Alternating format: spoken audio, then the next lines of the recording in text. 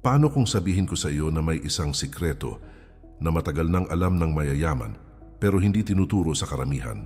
Isang paraan ng pag-iisip na kayang baguhin ang takbo ng iyong pera at ng iyong buong buhay. Hindi ito tungkol sa swerte o sa pag-aantay ng jackpot. Hindi rin ito basta dagdag kaalaman lamang tungkol sa pag-iipon. Ito ay isang serye ng mga prinsipyo na kapag naintindihan mo ay tuluyang magbabago ang relasyon mo sa pera. Maraming Pilipino ang masipag, ngunit tila laging kapos sa dulo ng buwan. Kumikita naman ngunit parang may butas ang bulsa at hindi alam kung saan napupunta ang pinaghirapan. May negosyo ngunit hindi lumalago dahil kulang sa tamang diskarte at financial discipline. May pangarap na bahay, sasakyan o sariling negosyo ngunit hindi alam kung paano magsisimula. Ang totoo, hindi kakulangan sa sipag ang problema, kundi kakulangan sa tamang financial lessons na susundan araw-araw. Ang pera ay parang tao na may sariling ugali at sariling panuntunan. Lumalapit ito sa mga marunong rumispeto at humahawak dito ng may disiplina. Umaalis ito sa mga dalos gumastos at umaasa lamang sa bukas.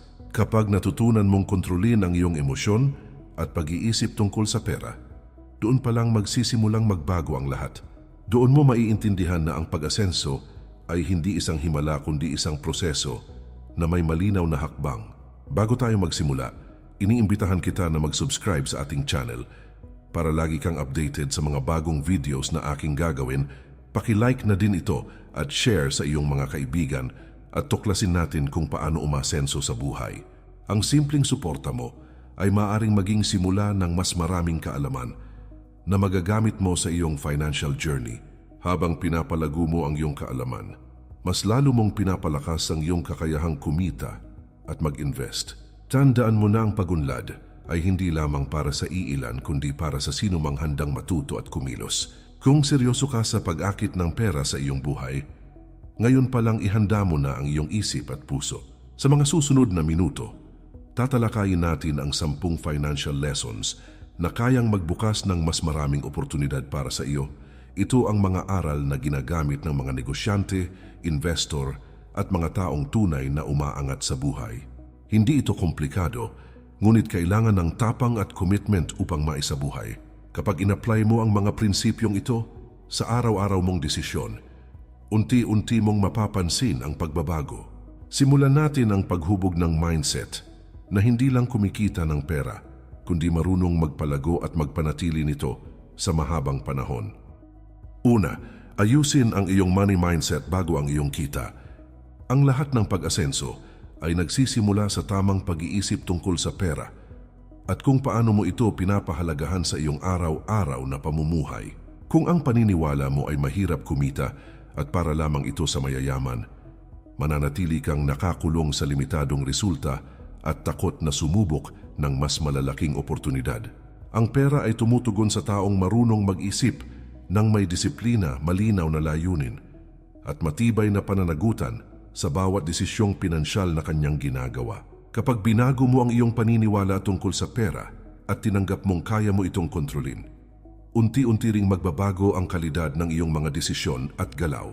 Ang mindset ang pundasyon ng bawat financial success story dahil dito nagsisimula ang direksyon ng iyong kinabukasan. Maraming Pilipino ang lumaki na may paniniwalang sapat na ang makaraos sa araw-araw at hindi na kailangang mangarap ng mas mataas para sa sarili at pamilya. Ang ganitong kaisipan ay naglilimita sa kakayahan nating makita ang mas malalaking oportunidad na maaaring magbukas ng bagong yugto sa ating buhay. Hindi masama ang mangarap ng mas komportableng buhay para sa pamilya, lalo na kung ito ay bunga ng sipag, tiyaga at tamang diskarte sa pera.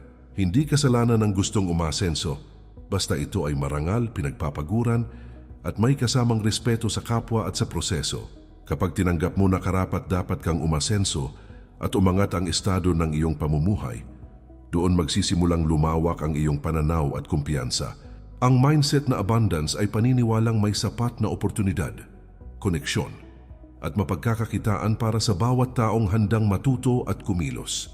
Hindi mo kailangang hilahin pababa ang iba upang ikaw ay umangat dahil ang tunay na pagunlad ay hindi kompetisyon kundi pagpapalawak ng kakayahan at karakter. Sa halip ay ituon mo ang pansin sa pagpapalawak ng iyong skills, financial knowledge, at tamang network na makakatulong sa iyong paglago.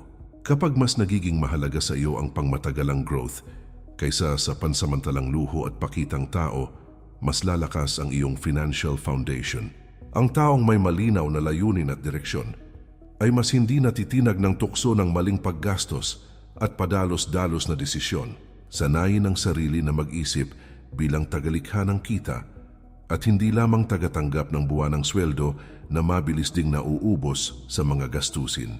Mag-isip kung paano madaragdagan ang iyong halaga sa trabaho, negosyo, o kahit sa simpleng sideline na maaari mong simulan gamit ang iyong talento. Mag-invest sa skills na magbibigay sa iyo ng mas mataas na income potential at mas maraming oportunidad na maaring magdala sa iyo sa ibang antas. Huwag hayaang ang takot sa pagkakamali o opinyon ng ibang tao ang pumigil sa iyong pagsubok at pag-improve ng sarili araw-araw. Ang bawat pagkakamali ay leksyon na nagpapatalas sa iyong kakayahan at naghahanda sa iyo para sa mas malalaking responsibilidad at kita. Kapag mas lumalim ang iyong pag-unawa sa pera, mas nagiging malinaw ang iyong mga prioridad at mas nagiging maingat ka sa bawat hakbang. Kung naniniwala kang kaya mong palaguin ito at panatilihin sa mahabang panahon, mas magiging strategic ka sa pag-handle ng iyong income at gastusin. Kapag malinaw ang iyong dahilan kung bakit mo ito gustong makuha at kung para kanino mo ito ginagawa, mas magiging matatag ang iyong disiplina. Ang tamang mindset ay hindi agad nagbubunga ng milyon, ngunit ito ang nagtatanim ng binhi ng matatag at pangmatagalang tagumpay na unti-unting lumalago. Simulan mong baguhin ang iyong pag-iisip ngayon at obserbahan kung paano unti-unting lumalapit ang mas maraming oportunidad at pera sa iyong buhay. Ikalawa, gumastos ayon sa plano at hindi sa emosyon. Maraming tao ang nawawalan ng pera, hindi dahil maliit ang kita, kundi dahil walang malinaw na plano sa paggastos buwan-buwan. Kapag emosyon ang nasusunod, madalas nauuwi ito sa biglaang pagbili na hindi naman talaga kailangan sa pang-araw-araw na buhay.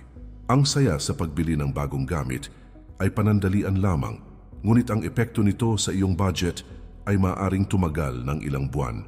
Kung walang direksyon ang bawat pisong pumapasok sa iyong kamay, mabilis din itong mawawala nang hindi mo namamalayan.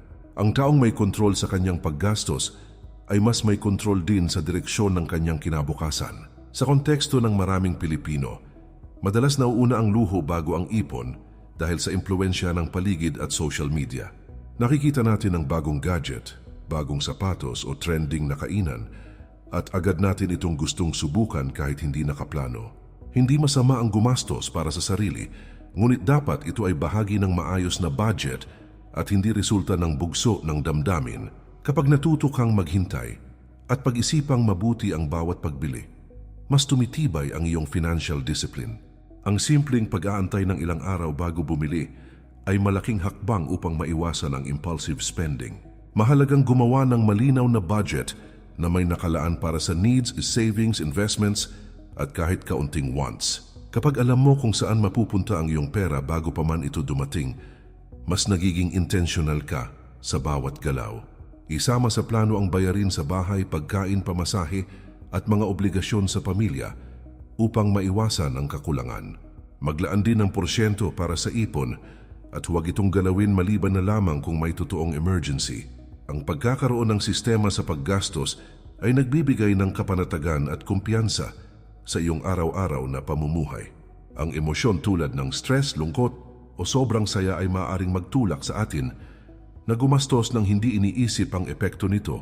May mga pagkakataon na ginagamit ang shopping bilang paraan upang pansamantalang makalimot sa problema. Ngunit ang ganitong gawain ay madalas nagdudulot ng mas malaking problema. Kapag dumating na ang mga bayarin, mas mainam na harapin ang emosyon sa mas produktibong paraan tulad ng pag-ehersisyo o pakikipag-usap sa taong pinagkakatiwalaan. Kapag natutunan mong paghiwalayin ang emosyon at pera, mas nagiging malinaw ang iyong mga desisyon. Ang tunay na financial maturity ay makikita sa kakayahang magsabi ng hindi sa mga bagay na hindi pa napapanahon. Hindi mo kailangang sumabay sa lahat ng uso upang patunayan ang iyong halaga sa ibang tao. Mas mahalaga ang matatag na pundasyon kaysa sa panandaliang pagpapakitang gilas. Kapag ang bawat gastos ay may malinaw na dahilan at nakahanay sa iyong layunin, mas mabilis kang makakaipon at makaka-invest. Sa ganitong paraan, unti-unting masasanay ang pera na manatili at lumago sa iyong buhay. Ikatlo, unahin ang pag-iipon bago ang paggastos. Isa sa pinakamahalagang prinsipyo sa pag-akit ng pera ay ang pagtrato sa ipon bilang obligasyon at hindi bilang natitira lamang. Maraming tao ang nagsasabing mag-iipon sila kapag may sobra, ngunit kadalasan ay walang natitira pagkatapos ng lahat ng gastusin. Kapag ang pag-iipon ay laging nasa huli ng listahan, madalas itong hindi natutupad at napapalitan ng ibang bayarin. Ang sikreto ay baliktarin ang sistema at ituring ang ipon na parang bayarin na kailangang unahin bawat sahod. Kapag nasanay ka sa ganitong diskarte, mas nagiging natural ang pagbuo ng financial security. Sa realidad ng maraming Pilipino, malaki ang responsibilidad sa pamilya at madalas maraming umaasa sa iisang kumikita. Dahil dito, tila mahirap maglaan para sa sarili at sa hinaharap. Ngunit kahit maliit na halaga na regular na naitatabi, ay may malaking epekto sa pagdaan ng panahon. Ang mahalaga ay consistency at hindi laki ng halaga sa simula. Ang disiplina sa maliit na ipon ngayon ay magiging pundasyon ng mas malaking puhunan bukas. Maaari kang magsimula sa simpleng pagtatabi ng porsyento ng iyong kita tuwing araw ng sweldo. Ihiwalay agad ito sa ibang pera upang hindi na matuksong galawin para sa biglaang gastos. Maaaring gumamit ng hiwalay na account o digital wallet na hindi madaling ma-withdraw. Kapag hindi mo nakikita palagi ang perang nakaipon, mas nababawasan ang tukso na gamitin ito. Ang sistemang ito ay tumutulong upang mapanatili ang focus sa long-term goals. Ang ipon ay hindi lamang para sa emergency, kundi para rin sa mga oportunidad na maaaring dumating. Kapag may sapat kang naitatabi, mas kaya mong tanggapin ang mga risk na may potensyal na magpalago ng iyong kita. Hindi ka basta-basta matatakot mawalan ng trabaho o makaranas ng pansamantalang kakulangan. May peace of mind na dulot ang pagkakaroon ng safety fund na handang sumalo sa iyo kapag kinakailangan. Ang kumpiyansang ito ay nagbibigay sa iyo ng lakas upang gumawa ng mas matatalinong financial decisions. Habang tumatagal at lumalaki ang iyong ipon, unti-unti mong nararamdaman ang kontrol sa iyong buhay pinansyal. Hindi mo na kailangang mangutang sa maliit na aberya dahil may sarili kang nakahandang pondo. Mas nagiging malinaw ang iyong mga plano dahil may suporta itong konkretong pera na iyong itinabi. Ang pag-uuna sa pag-iipon ay paraan ng pagsasabi sa sarili na mahalaga ang iyong kinabukasan. Kapag nakikita ng pera na marunong kang magtago at magpalago nito, mas nagiging madalas ang pagdating ng mas maraming oportunidad sa iyong buhay. Ikaapat, palaguin ang iyong kita at huwag umasa sa iisa lamang na source. Ang pag-asa sa isang pagkukunan ng kita ay parang pagtayo ng bahay sa isang haligi lamang na madaling matinag kapag may problema. Kapag nawalan ka ng trabaho o bumaba ang benta ng iyong negosyo, agad na apektuhan ang buong daloy ng iyong pera. Ang tunay na financial security ay nagmumula sa pagkakaroon ng higit sa isang source ng income na nagtutulungan. Hindi ito nangangahulugan na kailangan mong agad magtayo ng malaking negosyo. Ang mahalaga ay magsimula sa maliit ngunit may malinaw na direksyon at plano. Maraming Pilipino ang nagsisimula sa simpleng sideline tulad ng online selling, paggawa ng pagkain o pag-offer ng serbisyo base sa kanilang talento. Ang extra income na ito ay maaaring magsilbing dagdag ipon o puhunan para sa mas malalaking oportunidad. Kapag may dagdag kang daloy ng pera, mas bumababa ang pressure sa iyong pangunahing trabaho. Nagkakaroon ka rin ng pagkakataon na tuklasin ang iyong kakayahan sa negosyo o freelancing. Ang bawat karagdagang source ng kita ay hakbang papunta sa mas matatag na financial foundation. Mahalagang kilalanin ang iyong skills at alamin kung paano ito maaaring gawing mapagkakakitaan. Kung ikaw ay magaling sa pagsusulat, pagtuturo, pag-design o pagluto, may paraan upang ito ay pagkakitaan sa tamang platform. Hindi hadlang ang kakulangan sa puhunan kung may sapat kang kaalaman at determinasyon. Sa panahon ngayon, maraming oportunidad online na maaaring simulan kahit nasa bahay lamang. Ang pagiging bukas sa bagong paraan ng pagkita ay nagpapalawak ng iyong financial horizon. Habang dumarami ang iyong source of income, mas nagiging flexible ang iyong paghawak sa pera. Maaari mong gamitin ang isang kita para sa gastusin at ang isa ay direkta mong inilalagay sa ipon o investment. Ang ganitong sistema ay nagpapabilis sa pagbuo ng yaman at mas nagpapalakas ng cash flow. Kapag may isang source na pansamantalang bumaba, may iba kang masasandalan. Ito ang nagbibigay ng mas malaking kumpiyansa sa pagharap sa hindi inaasahang sitwasyon. Ang pagpapalago ng kita ay hindi lamang tungkol sa pera kundi tungkol sa pagpapalawak ng iyong kakayahan at pananaw. Habang natututo kang mag-manage ng iba-ibang income stream, mas lumalalim din ang iyong financial intelligence. Mas nagiging maingat ka sa pag-allocate ng oras, effort at resources. Ang taong may maraming pinanggagalingan ng kita ay mas may kontrol sa direksyon ng kanyang buhay. Kapag patuloy mong pinapalawak ang iyong kakayahang kumita, mas natural na lalapit at mananatili ang pera sa iyong mundo. Ikalima, matutong mag-invest at huwag lang mag-ipon. Ang pag-iipon ay mahalaga, ngunit hindi sapat kung nais mong mapabilis ang pagyaman at pag-unlad sa mahabang panahon. Kapag ang pera ay natutulog lamang sa isang simpleng lalagyan na walang tubo, unti-unti itong kinakain ng pagtaas ng presyo ng bilihin. Ang pag-invest ay paraan upang ang iyong pera ay magtrabaho para sa iyo habang ikaw ay kumikita rin sa ibang paraan. Ito ang susunod na hakbang matapos mong mabuo ang iyong emergency fund at basic savings. Sa pamamagitan ng tamang kaalaman, ang investment ay nagiging kasangkapan sa pagpapalago ng iyong kinabukasan. Maraming Pilipino ang natatakot mag-invest dahil iniisip nilang ito ay para lamang sa mayayaman o eksperto sa finance. Ngunit sa panahon ngayon, may mga paraan na maaring simulan kahit maliit ang kapital, basta may sapat na pag-aaral. Mahalagang unawain muna kung saan napupunta ang iyong pera bago ka pumasok sa anumang investment opportunity. Hindi lahat ng mabilis ang pangako na kita ay ligtas at tama para sa iyo. Ang tamang pag-invest ay nakabase sa malinaw na layunin at maingat na pagsusuri. Maaari kang magsimula sa pag-aaral tungkol sa stocks, bonds, mutual funds o maliit na negosyo na kaya mong pamahalaan. Ang bawat uri ng investment ay may kanya-kanyang risk at potensyal na kita na dapat mong maintindihan. Huwag ilagay ang lahat ng iyong pera sa iisang lugar upang maiwasan ng malaking pagkalugi. Ang diversification ay paraan ng pagprotekta sa iyong pinaghirapang pera laban sa hindi inaasahang pagbabago sa merkado. Kapag maingat at may disiplina ang iyong pag-invest, mas tumataas ang tsansa ng pangmatagalang tagumpay. Ang investment ay hindi paligsahan kung sino ang pinakamabilis kumita sa maikling panahon. Ito ay proseso ng pagpapalago ng pera sa loob ng maraming taon sa pamamagitan ng tamang strategy at pasensya. May mga pagkakataon na bababa ang halaga ng iyong investment, ngunit hindi ito agad nangangahulugan ng pagkatalo.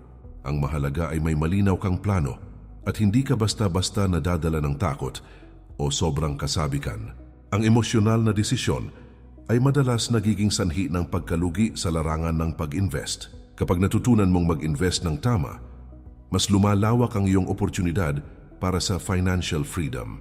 Ang perang dati ay nakatago lamang ay ngayon, unti-unting lumalago at nagbubunga ng dagdag na kita. Mas nagiging posible ang maagang pagre-retiro o ang pagkakaroon ng sariling negosyo na pinapangarap mo. Ang pag-invest ay paraan ng paglalagay ng binhi ngayon para sa masaganang ani sa hinaharap. Sa sandaling maunawaan mo ang kapangyarihan nito, mas magiging malinaw sa iyo kung paano tunay na naakit ang pera sa iyong buhay. Ika-6, iwasan ang utang na hindi nagbibigay ng kita. Ang utang ay maaring maging kasangkapan sa pag-unlad kung ito ay ginagamit ng tama at may malinaw na plano. Ngunit kapag ito ay ginamit para lamang sa luho at pansamantalang kasiyahan, nagiging pabigat ito sa iyong kinabukasan. Maraming Pilipino ang nalulubog sa utang dahil sa madaliang pag-swipe ng card o mabilis na online loan. Sa una ay tila magaan ang hulog, ngunit habang tumatagal ay lumalaki ang interes at obligasyon. Kapag hindi mo kontrolado ang utang, ito ang kokontrol sa iyong buwan ng kita. Mahalagang maunawaan ang pagkakaiba ng utang na nagpapalago ng pera at utang na nagpapaliit nito. Ang utang para sa negosyo na may malinaw na kita ay maaring makatulong sa pagpapalawak ng iyong income. Ngunit ang utang para sa gadget, bakasyon o mga bagay na agad nawawalan ng halaga ay madalas hindi praktikal. Bago umutang, tanungin ang sarili kung ito ba ay magdadagdag ng kita o magdadagdag lamang ng bayarin. Ang simpleng tanong na ito ay makakatulong upang maiwasan ng maling desisyon. Kapag nasanay kang umutang tuwing may kakulangan, nawawala ang disiplina sa pag-manage ng pera. Sa halip na mag-adjust ng budget, mas pinipili ang mas madaling solusyon na may kapalit na interes. Ang cycle na ito ay maaring tumagal ng maraming taon kung hindi agad mapuputol. Mas mabuting magbawas muna ng gastos at maghanap ng dagdag na kita kaysa agad umutang. Ang pagkakaroon ng emergency fund ay isa ring paraan upang hindi agad umasa sa utang. Kung mayroon ka ng kasalukuyang utang, mahalagang gumawa ng malinaw na plano kung paano ito babayaran. Ilista ang lahat ng iyong obligasyon at unahin ang may pinakamataas na interes upang mabawasan ang bigat. Maglaan ng tiyak na halaga buwan-buwan na nakatuon lamang sa pagbabayad ng utang. Iwasan muna ang pagkuha ng panibagong utang habang hindi pa tapos ang nauna. Ang disiplinadong pagbabayad ay hakbang patungo sa mas malayang buhay pinansyal. Kapag nabawasan at tuluyang nawala ang iyong utang, mas mararamdaman mo ang gaan sa iyong cash flow.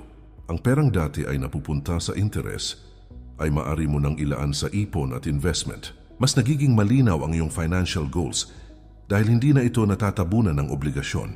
Ang kalayaan mula sa hindi kinakailangang utang ay nagbibigay ng mas malaking kumpiyansa sa bawat hakbang. Sa pamamagitan ng maingat na pag-iwas at tamang pag-manage ng utang, mas nagiging bukas ang pinto para sa mas maraming oportunidad sa iyong buhay.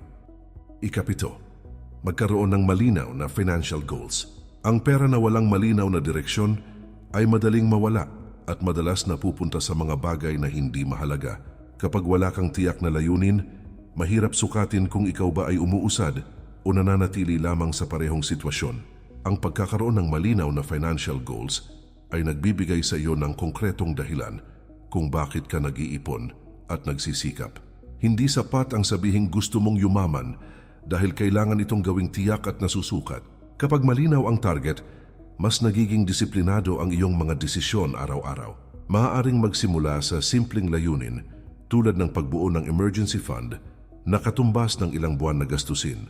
Maaari ring magtakda ng target para sa sariling bahay, sasakyan, negosyo o retirement fund. Ang mahalaga ay isulat mo ang iyong mga layunin at lagyan ito ng takdang panahon kung kailan mo gustong maabot. Kapag nakasulat ang iyong goals, mas nagiging totoo at seryoso ito sa iyong isipan. Ang malinaw na plano ay nagiging gabay sa bawat pisong iyong kinikita at ginagastos. Sa konteksto ng maraming Pilipino na breadwinner, mahalagang isama sa goals ang proteksyon para sa pamilya. Maaring ito ay edukasyon ng mga anak, health fund ng magulang, o sariling insurance para sa seguridad. Kapag alam mo kung para kanino at para saan ang iyong pinaghihirapan, mas tumitibay ang iyong motibasyon. Ang malinaw na dahilan ay nagbibigay ng lakas kahit sa panahon ng pagod at pagsubok. Ang pera ay mas nagtatagal sa kamay ng taong may malinaw na misyon. Hatiin ang iyong goals sa short term, medium term at long term upang hindi ka mabigla sa laki ng target. Ang maliliit na tagumpay sa maikling panahon ay nagbibigay ng momentum at kumpiyansa. Sa bawat goal na iyong natatapos, mas lumalakas ang iyong paniniwala sa sariling kakayahan. Ang sistematikong pag-abot sa bawat hakbang ay mas epektibo kaysa sabay-sabay na pagsubok ng walang direksyon. Ang malinaw na roadmap ay nakakatulong upang maiwasan ang padalos-dalos na financial decisions. Regular mong suriin ang iyong mga layunin at tingnan kung kailangan ba itong baguhin base sa iyong kasalukuyang sitwasyon. Habang ikaw ay lumalago at kumikita ng mas malaki, maaaring mas lumaki rin ang iyong mga pangarap. Hindi masama ang baguhin ang goals basta ito ay nakabatay sa mas maayos na plano at hindi sa bugso ng emosyon. Ang taong may malinaw na financial goals ay mas bihirang madala ng uso at pressure ng paligid. Kapag alam mo ang iyong patutunguhan, mas nagiging malinaw ang daan papunta sa financial freedom na iyong minimithi. Ikawalo, palakasin ang iyong financial education. Ang kaalaman tungkol sa pera ay isa sa pinakamakapangyarihang puhunan na maaari mong dalhin habang buhay. Kahit gaano kalaki ang iyong kita, kung kulang ka sa tamang kaalaman, mabilis din itong mawawala. Ang financial education ang nagtuturo kung paano kumita, mag-ipon, mag-invest, at magprotekta ng yaman. Ito ang nagbibigay sa iyo ng kakayahang maintindihan ang galaw ng pera at ng ekonomiya. Kapag mas marami kang alam, mas nagiging matalino ang bawat desisyon na iyong ginagawa. Maraming Pilipino ang hindi naturuan tungkol sa paghandle ng pera habang bata pa lamang. Kadalasan natututo lamang kapag nakaranas na ng pagkakamali o malaking pagkatalo. Ngunit maaari mong piliing matuto ng mas maaga upang maiwasan ang paulit-ulit na problema sa pera. Maraming libreng resources tulad ng libro, seminar at online content na maaaring pag-aralan. Ang paglalaan ng oras para matuto ay investment na may mataas na balik sa hinaharap. Kapag nauunawaan mo ang konsepto ng budgeting, investing at risk management, mas nagiging kampante ka sa iyong galaw. Hindi ka basta-basta maniniwala sa mga pangakong mabilis. Ang kita na walang malinaw na paliwanag, mas nagiging mapanuri ka sa mga alok na negosyo at investment opportunity.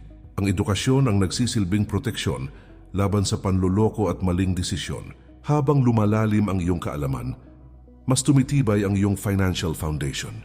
Ang pag-aral tungkol sa pera ay hindi isang beses lamang na gawain kundi tuloy-tuloy na proseso. Habang nagbabago ang ekonomiya at teknolohiya, kailangan mo ring mag-adjust at matuto ng bagong konsepto. Maaari kang makinig sa mga eksperto, magbasa ng case studies, at obserbahan ang mga matagumpay na negosyante. Ang bawat bagong impormasyon ay maaaring magbigay sa iyo ng ideya para sa susunod mong hakbang. Ang taong patuloy na natututo ay mas handa sa mga pagbabago sa merkado. Kapag pinili mong palakasin ang iyong financial education, mas nagiging malinaw ang landas tungo sa pag-unlad. Ang takot sa hindi mo alam ay unti-unting napapalitan ng kumpiyansa at diskarte. Mas nagiging proactive ka kaysa reactive sa pagharap sa hamon ng pera. Ang kaalaman ay nagbibigay sa iyo ng kapangyarihan upang kontrolin ang iyong kinabukasan. Sa paglipas ng panahon, mapapansin mong ang pera ay mas nagiging kaalyado mo kaysa problema. Ikasiyam, paunlarin ang iyong disiplina at consistency. Maraming tao ang may alam tungkol sa pera, ngunit kakaunti ang tunay na may disiplina upang isabuhay ito araw-araw. Hindi sapat ang isang beses na pag-budget o isang buwan na pag-iipon kung wala namang tuloy-tuloy na commitment.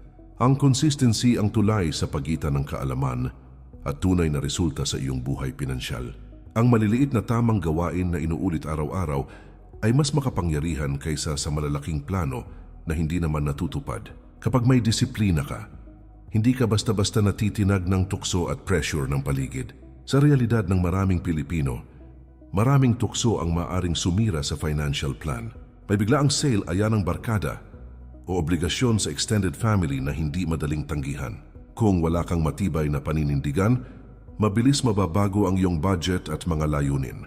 Ang disiplina ay kakayahang magsabi ng hindi sa ngayon upang makapagsabi ng o sa mas malaking bagay sa hinaharap. Ito ay pagpili ng pangmatagalang benepisyo kaysa sa panandaliang saya. Ang consistency sa pag-iipon at pag-invest ay nagdudulot ng compounding effect sa paglipas ng panahon. Kahit maliit na halaga, basta regular na naitatabi, ay maaring lumaki dahil sa tiyaga at panahon.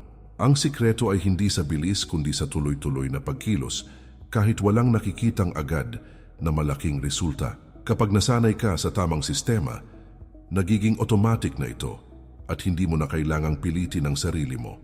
Ang disiplina ay nagiging bahagi ng iyong pagkatao at hindi lamang isang pansamantalang desisyon.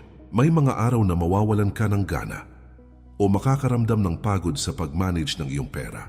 Dito pumapasok ang kahalagahan ng malinaw na dahilan kung bakit mo ito ginagawa. Kapag naalala mo ang iyong pamilya, mga pangarap at seguridad sa hinaharap, mas madali kang makakabangon. Ang consistency ay hindi nangangahulugang perpekto ka, kundi patuloy kang bumabangon sa tuwing nagkakamali.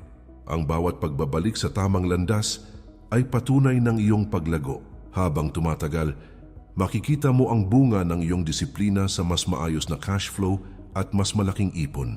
Hindi ka na madaling ma-stress sa tuwing may bayarin dahil may sistema kang sinusunod. Mas nagiging malinaw ang iyong direksyon dahil alam mong kaya mong sundan ang plano.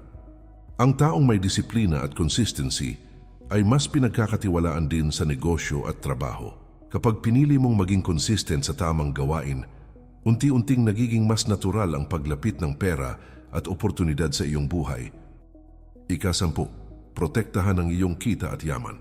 Ang pagpapalago ng pera ay mahalaga, ngunit mas mahalaga ang pagprotekta sa lahat ng iyong pinaghirapan. Isang hindi inaasahang pangyayari tulad ng sakit, aksidente o pagkawala ng trabaho ay maaaring magpabago sa iyong sitwasyon sa isang iglap.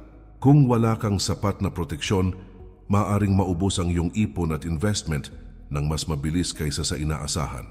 Ang financial security ay hindi lamang tungkol sa kita, kundi tungkol sa pagiging handa sa anumang pagsubok. Kapag may proteksyon ang iyong yaman, mas nagiging panatag ang iyong isip at puso. Mahalagang magkaroon ng sapat na emergency fund na madaling ma-access kapag kinakailangan. Ito ang unang sasalo sa iyo bago ka mapilitang mangutang o magbenta ng ari-arian. Bukod dito, maaari mong pag-aralan ang tungkol sa insurance na akma sa iyong pangangailangan at kakayahan. Ang tamang insurance ay hindi gastos, kundi proteksyon laban sa mas malaking pagkawala. Sa ganitong paraan, napapanatili mo ang pundasyon ng iyong financial plan kahit may aberya. Kung ikaw ay may negosyo, mahalaga ring pagtuunan ng pansin ang risk management at tamang paghawak ng dokumento at pondo. Siguraduhing maayos ang records, may malinaw na kasunduan at may reserbang kapital para sa mahihirap na panahon. Ang paghahanda sa posibleng problema ay tanda ng pagiging responsable at hindi pagiging negatibo. Mas mabuting handa kaysa magsisi kapag dumating ang hindi inaasahang sitwasyon. Ang protektadong negosyo ay mas may kakayahang magtagal at lumago. Iwasan din ang mga scam at alok na masyadong maganda upang maging totoo. Maraming Pilipino ang nabibiktima ng panloloko dahil sa pangakong mabilis at malaking kita. Laging magsaliksik, magtanong at humingi ng payo bago ilagay ang iyong pera sa anumang oportunidad. Ang pagiging maingat ay hindi kawalan ng tapang kundi pagpapahalaga sa iyong kinabukasan. Ang edukasyon at pag-iingat ang pinakamabisang panangga laban sa malaking pagkalugi. Kapag natutunan mong protektahan ang iyong kita at yaman, mas nagiging matatag ang iyong buong financial structure. Ang perang iyong pinapalago ay may kasamang seguridad na nagpapatibay sa iyong kumpiyansa. Mas handa kang sumubok ng mas malalaking oportunidad dahil alam mong may safety net ka. Ang tunay na pag-akit ng pera ay hindi lamang sa pagkuha nito kundi sa pagpapanatili at pag-iingatan nito. Sa pamamagitan ng maingat na proteksyon, mas tumitibay ang iyong landas patungo sa pangmatagalang kasaganaan. Hindi lahat ay may lakas ng loob na harapin ang katotohanan tungkol sa kanilang pera at mga maling desisyon. Ngunit ikaw ay nandito ngayon dahil may bahagi sa iyo na gustong umangat at hindi na makontento sa sapat lamang. Ang tanong ngayon ay ito: ano ang una mong gagawin matapos mong marinig ang 10 aral na ito? Ang kaalaman ay walang halaga kung mananatili lamang ito sa isip at hindi isa sa buhay araw-araw. Ang tunay na pagbabago ay nagsisimula sa maliit ngunit consistent na aksyon. Pagkatapos mong isara ang video na ito, maaring ito ay paggawa ng budget mamayang gabi o paglista ng iyong mga utang at ipon. Maaring ito rin ay pag-aaral tungkol sa investment o paghanap ng dagdag na pagkakakitaan. Ano man ang piliin mo, tandaan mo na ang bawat hakbang ay papalapit sa mas maayos at masaganang buhay. Isipin mo ang sarili mo makalipas ang 5 taon kung sineryoso mo ang mga aral na ito. Isang bersyon mo na may mas malaking ipon, mas malinaw na goals, at mas matatag na confidence sa paghawak ng pera. Isang bersyon mo na hindi natakot sa biglaang gastusin dahil handa at may sistema. Isang bersyon mo na may kontrol sa oras, kita at direksyon ng buhay. Ang kinabukasang iyon ay hindi imposible kung sisimulan mo ngayon. Muli kaibigan, iniimbitahan kita na mag-subscribe sa ating channel para lagi kang updated sa mga bagong videos na aking gagawin. Paki-like na din ito at share sa iyong mga kaibigan at tuklasin natin kung paano umasenso sa buhay. Ang iyong suporta ay hindi lamang para sa channel na ito, kundi para rin sa patuloy mong pagunlad. Kapag mas marami tayong natututo at nagkakaisa sa tamang kaalaman, mas marami ang umaangat na Pilipino. Huwag mong sarilinin ang impormasyong ito kung alam mong makakatulong ito sa iba. Ang pag-share ng tamang aral ay maaaring maging simula ng pagbabago sa buhay ng isang tao. Tandaan mo na ang pera ay hindi kalaban, kundi kasangkapan na kailangang unawain at disiplinahin. Kapag pinagsama mo ang tamang mindset, aksyon, disiplina at proteksyon, unti-unti mong mapapansin ang paglapit ng oportunidad. Ang pag-asenso ay hindi isang iglap na pangyayari, kundi resulta ng araw-araw na tamang desisyon. Ikaw ang may hawak ng manibela ng iyong buhay pinansyal at walang ibang gagawa nito para sa iyo. Simulan mo ngayon at hayaan mong ang susunod na kabanata ng iyong buhay ay maging patunay na kaya mong akitin at panatilihin ang pera sa iyong mundo.